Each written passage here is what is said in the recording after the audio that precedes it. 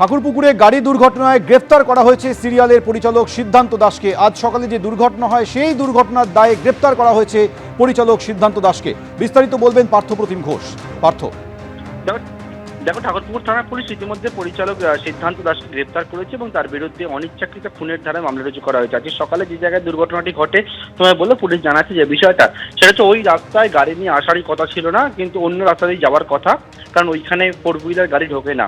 কিন্তু পুলিশ সূত্রে যেটা দাবি করা হচ্ছে, সিদ্ধান্ত দাস তিনি মত্ত অবস্থায় ছিলেন এবং নেশাগ্রস্ত অবস্থা থাকার দরুন সেখানে দ্রুত গতিতে গাড়ি নিয়ে চলে আসে এবং সেখানে পথচারী যারা ছিলেন বাজার এলাকা 6জনকে পিষে দেয় এবং ধাক্কা দেওয়ার পরবর্তীকালে 6জনকেই হাসপাতালে ভর্তি করা হলে বিকেলবেলা একজন পথচারী মৃত্যুর ঘটনা ঘটেছে। এবং এই ঘটনার পর পুলিশ জানাচ্ছে সিদ্ধান্ত দাস তার সঙ্গে অপর আরও একজন, তিনিও কিন্তু সিরিয়ালের কাজের সঙ্গে যুক্ত এবং ওনার বন্ধু ওনাকে সঙ্গে ছিলেন, দুজনই গাড়িতে ছিলেন এবং ইতিমধ্যে সিদ্ধান্ত দাসকে গ্রেপ্তার করা হয়েছে এবং পুলিশ জানাচ্ছে অনিচ্ছাকৃত খুনের দ্বারা মামলা রুজু করা হয়েছে। ধন্যবাদ। গতকাল রাতভর পার্টির পর সকালে বাড়ি ফেরার পথে এই দুর্ঘটনা হয় এবং এই দুর্ঘটনার জেরে একজনের মৃত্যু হয় এবং সেই ঘটনায় সিদ্ধান্ত দাস পরিচালককে গ্রেপ্তার করা হয়েছে। আর গতকাল এই যে রাতভর পার্টি হয়েছিল সেই পার্টিতে উপস্থিত ছিলেন ইউটিউবার স্যান্ডি সাহা। তিনি কি বলছেন শুনুন।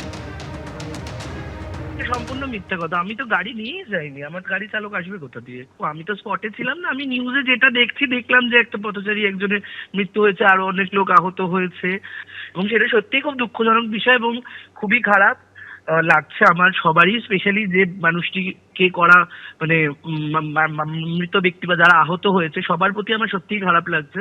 কারণ আমরা জানি, আমরা সেই কনসেপ্টে থাকি যে কখনোই মদকে আমরা গাড়ি চালাবো না বলে আরিয়ানা যেমন নিজের ড্রাইভার নিয়ে গেছিল, তো আমিও তেমন গাড়ি নিয়ে আসিনি, কারণ আমি জানি যে ড্রিঙ্ক করলে obviously drink and drive support করি না। তো সেই জন্য আমাদের ড্রাইভার রাখা হয়েছিল এবং সেই দিক থেকে আমাদের তরফ থেকে আমরা কোনো রকম গাফিলতি বা কিছু করি না বা করবোও না। বাট এটা পুরোপুরি ভুল যে আমার গাড়ি চালকের হাতে হয়েছে, কারণ আমার গাড়ি, আমি ওই সিনে বা স্পটে ছিলামই না এবং আমি কোনো রকম ভাবে গাড়িতেও ছিলাম না, প্রেজেন্টই ছিলাম না। আমি সম্পূর্ণ আলাদা একটি গাড়িতে ছিলাম, আরিয়ানের গাড়িতে, এবং সেখানে আরিয়ানের ড্রাইভার ছিল যিনি সম্পূর্ণ সুস্থ অবস্থায়। রামনবমীর দিন বিভিন্ন রাম মন্দিরে গেলেন রাজ্যপাল সিভি আনন্দ বোস। সেটা সেন্ট্রাল অ্যাভিনিউ হোক কিংবা নিউটন, বিভিন্ন রাম মন্দিরে গেলেন রাজ্যপাল। এই মুহূর্তে সেন্ট্রাল অ্যাভিনিউর ছবি দেখাচ্ছি, যেখানে সেন্ট্রাল অ্যাভিনিউর যে রাম মন্দির সেখানে আজ গিয়েছিলেন রাজ্যপাল সিভি আনন্দ বোস।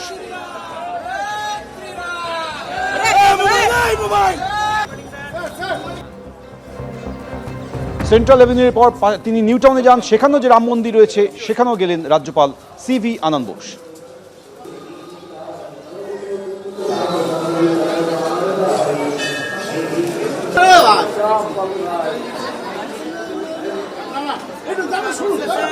একটু শুরু